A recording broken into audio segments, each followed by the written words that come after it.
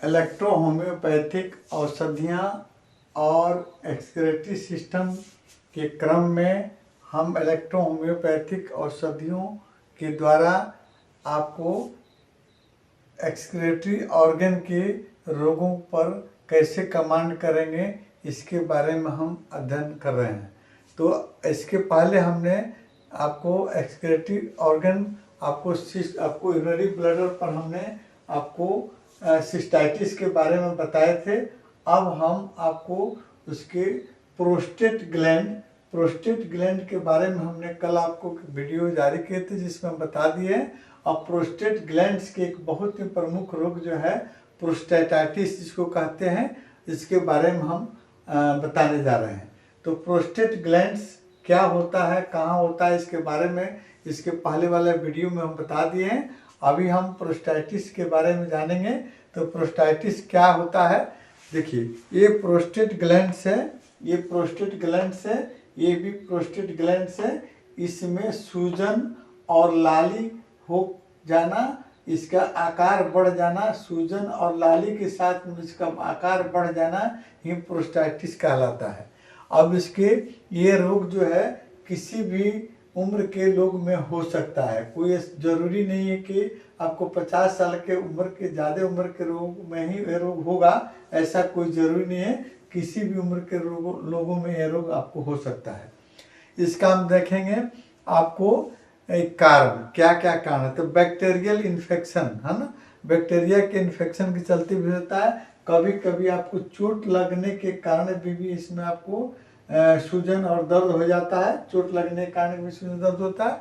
कभी कभी हो ये शुगर और ब्लड प्रेशर, जो ज़्यादा उम्र के लोग हैं जिसको शुगर भी है, ब्लड प्रेशर भी है, और अगर अनकंट्रोल्ड है उसके चलते अगर उसका इम्यून सिस्टम आपको डैमेज हुआ है या कमज़ोर पड़ा है, उस परिस्थिति में भी ये आपको प्रोस्टेट ग्लैंड्स का में सूजन और दर्द हो जाता है।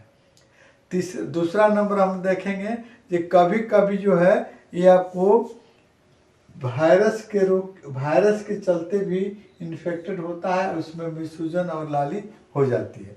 कभी कभी जो है पेल्विक रीजन में आपको पेड़ों में अगर चोट लग जाए, उसके चलते कोई नर्व डैमेज हो जाता है, उसके चलते भी आपको ये मतलब प्रोस्टेटाइटिस रोग हो सकता है। कभी कभी जो है यूटीआई इन्फेक्शन अगर किसी को पहले हो चुका है, उसके बाद में प्रोस्टेट भी गिरफ्त में आ जाता है।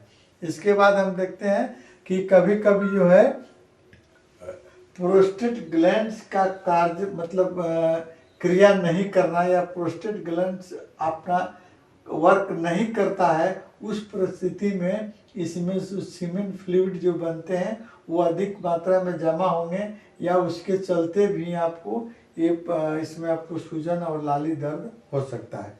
मतलब प्रोस्टेट में विभिन्न कारण से आपको सूजन और दर्द लाली होना, और भी कई कारण हैं, जैसे हम कोई गलत संबंध किसी से रखता है, 2 4 5 आदमी से गलत संबंध रखा, और उस परिस्थिति में भी प्रोस्टेट आपको इन्फेक्टेड हो जाता है और प्रोस्टेट में सूजन हो जाती है।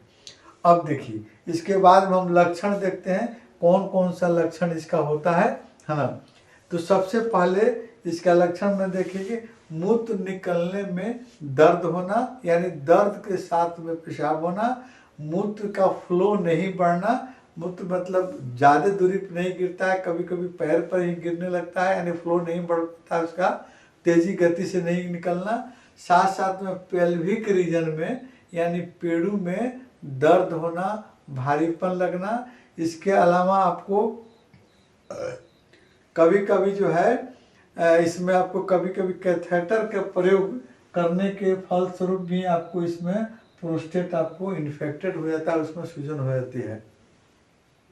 उसके बाद में यूरेथ्रा से डिस्चार्ज है ना, कभी कभी यूरेथ्रा से भी डिस्चार्ज होता है ना। यूरेथ्रा से डिस्चार्ज होने के कारण जैसे हम आपको जैसे सीमन जो इसमें बनता है, आपको वो सीमन आपको प्रोस्टेट का इसमें आपको डिस्चार्ज होने लगता है यूरेथ्रा से, ये भी एक मैंने सिम्टम आता है देखने को। और रात में जल्दी जल्दी पेशाब करना है ना, रात में जल्दी जल्दी पेशाब होना, कभी कभी पेशाब रुक जाना, कभी कभी पेशाब रुक भी जाता है, ये यूरेथ्रा आपको ये प्रोस्टेट इतना बढ़ जाएगा कि आपको ये यूरेथ्रा पर दबाव डालेगा और यहाँ आपको यूरिनरी ब्लडर से पेशाब नहीं निकल पाएगा, तो कभी कभी पेशाब बंद भी हो जाता है इस परिस्थिति में। इसके बाद में आपको कभी कभी रेक्टम में भी दर्द, मल द्वार में भी दर्द होने लगता है प्रोस्टेटिस के कारण। अब देखते हैं इसका हम कैसे मतलब निदान करेंगे, कैसे जानकारी करेंगे कि हाँ प्रोस्टेट में इन्फेक्शन हुआ है या प्रोस्टेटिस रोग हुआ है। तो सबसे पहले इसका हम लोग कराते हैं, इसका अल्ट्रासाउंड कराते हैं। उसके अलावा रेक्टम में अंगुली लगाकर आप उसमें उसकी वस्तु स्थिति को, स्थान को हम लोग देख लेते हैं कि सूजन दर्द किस परिस्थिति में, रेक्टम में अंगुली से भी हम इसको जांच कर लेते हैं।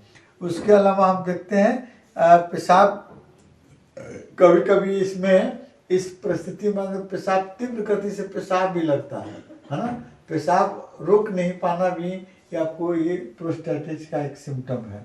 जानकारी में हम अल्ट्रासाउंड करेंगे, है ना। कभी कभी आपको इससे डिस्चार्ज होने वाले सीमेन जो है, आपको यूरेथ्रा से डिस्चार्ज होने वाले सीमेन फ्लूइड का भी जांच करके पता करते हैं कि प्रोस्टेटाइटिस में क्या आपको मतलब क्या अच्छी कंडीशन है इसका अंदर। इसका आपको जांच के लिए जैसे मतलब फैमिली हिस्ट्री भी हम देखते हैं, किसी किसी का कुछ माता पिता को चाहे परिवार में प्रोस्टेटिस के शिकार अगर प्रोस्टेटिस रोग रहा हो तो भी रोग हो सकता है। अल्ट्रासाउंड वो और आपको फिर अंगुली से इसका मतलब रेक्टम से लगाकर जांचना, ये सब आपको जांचने की प्रक्रिया है कि प्रोस्टेटिस पता लग जाएगा कि आपको किस कारण से हुआ। इसके अलावा अब इसका हम देखते हैं कि इलेक्ट्रोहोम्योपैथी में इसका ट्रीटमेंट कैसे हम लोग करेंगे, है ना। तो इसमें ट्रीटमेंट करने में सबसे पहले हम आपको फॉर्मूला लेते हैं आपको डॉक्टर एन एल सिन्हा का।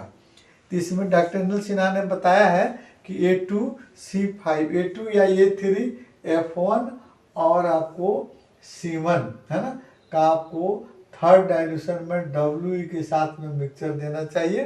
दूसरा नंबर में इसका इन्होंने बताया है कि आपको कभी कभी आपको E2 और C5 का हॉट कंप्रेस आपको पीड़ू पर लगाना, यह 24 नंबर स्थान पर हम लोग लगाते हैं। इसके अलावा आपको इंजेक्शन नंबर 29 जो है, इसमें आपको प्रोस्टेट ग्लैंड्स को सूजन को कंट्रोल करने में बहुत कारगर है। ये हम कई बार हम परीक्षण करके हम देख चुके हैं। इसके अलावा हम देखते हैं कि S2C2 और A2, है ना, S2C2 और A2 और फिर S3C3A3। तो S2C2 A2 के साथ में आपको B और फिर S3C3A3 के साथ में आपको WE और वो लाइटर डाइल्यूशन में, यानी आपको लाइटर में सूक्ष्म मात्रा में इसका हम लोग प्रयोग करने पर ग्लैंड्स में सूजन और लाली आपको ये खत्म हो सकती है। ये आपका आपको प्रोस्टेट पर प्रोस्टेटिस का आपको लक्षण हुआ और इलाज हुआ। और अगले वीडियो में हम आपको फिर इसके और जो रोग है, अन्य रोग हैं, इस पर हम आपको